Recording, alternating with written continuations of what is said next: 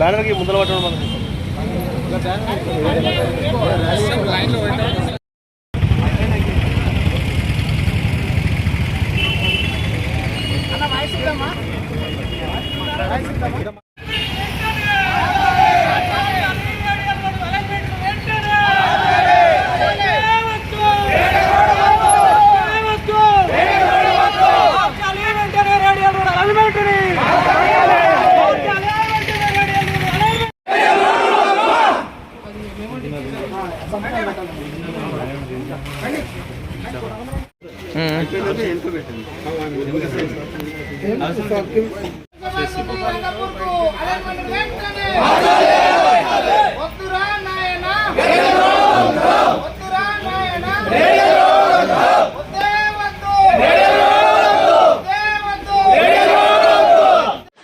మా రైతు ఉద్యమాభివందనాలు.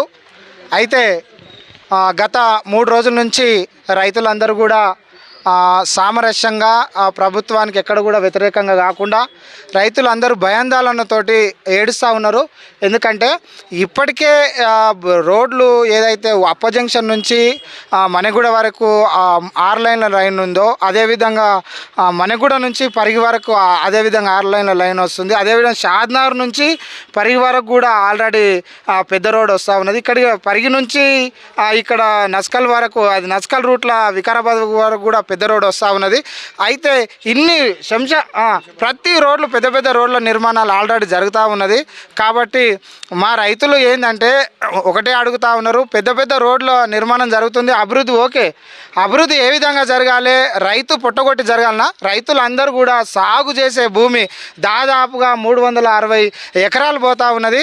ఎందుకంటే శంషాబాద్ నుంచి ఏదైతే రాకంచర్ల అలైన్మెంట్ వస్తున్నదో అందులో 8 గ్రామాలు పోతూ ఉన్నది. ఒకటి రంగపూరు, రెండోది పెద్ద మాదారము, మూడోది చిన్న మాదారము, తర్వాత మంచన్పల్లి, మరియాపూరు, అదేవిధంగా కంకాలు, పూడుగుర్తి, మిటకంకాలు, ఈ 8 గ్రామాలకు సంబంధించిన దాదాపుగా 360 ఎకరాల భూమి రైతులు సాగు చేసే పత్తి, మొక్కజొన్న, కందులు, శనగలు, నూనె గింజలు సాగు చేసే ఇదంతా సారవంతమైన నల్లరేగడి. మరి నల్లరేగడిలోకి వెళ్ళి పోతే మేమందరం చిన్నకారు రైతులు ఇక్కడ ఉన్నటువంటి అందరూ కూడా 20 గుంటలు, 30 గుంటలు, 1 ఎకరా, 2 ఎకరాలు, 3 ఎకరాలు ఉన్నటువంటి రైతులు ఉన్నారు.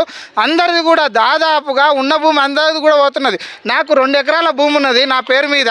ఆ 2 ఎకరాల భూమి కూడా పోతే మేము ఏ విధంగా బతకాలి, మా పిల్లలు ఏ విధంగా బతకాలి, మేమందరం కూడా ఈ భూమిని నమ్ముకొని ఉన్న వీరంతా రైతులు ఏ విధంగా బతుకుతారు, వాళ్ళ పిల్లల చదువులు ఏ విధంగా ఉంటాయి.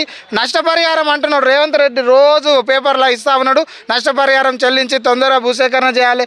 ఏం చేస్తారు ఆ నష్టపరిహారం? ఇచ్చే 12 లక్షలు, 20 లక్షలు, 50 లక్షలు ఇచ్చినా కూడా ఏమవుతుంది? మా జీవితం మొత్తం ఏమన్నా ప్రభుత్వం ఆదుకుంటుందా? ఎట్టి పరిస్థితుల్లో కూడా ఈ రేడియోలు ఏదైతే నిర్మాణం పనులు జరుగుతున్నాయో దాన్ని వెంటనే ఆపాలి. ఈ రేడియల్ అలైన్మెంట్ని వెంటనే వేరే మార్గానికి చేంజ్ చేయాలి.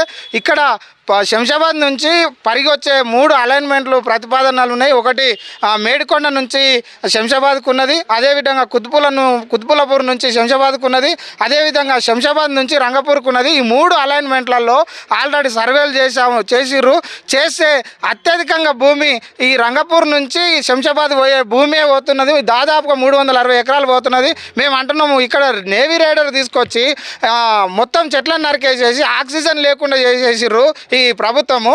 మరి ఈరోజు మొత్తం పొలాలు లేకుండా చేస్తే ఎట్లా బతుకుతారు రేపు ఈ రైతులందరూ? మా పొట్ట ఏమన్నా కానీ ఈ దేశానికి రైతులు ఎన్నముక అంటారు కదా, రైతులే రారాజు అంటారు కదా. మరి రైతులు ఎన్నముక అంటే, రైతులు రారాజులు అంటే రేపు మేము బిచ్చగాలం అయిపోతాం. మరి ఎట్లా బతుకుతాం మేము?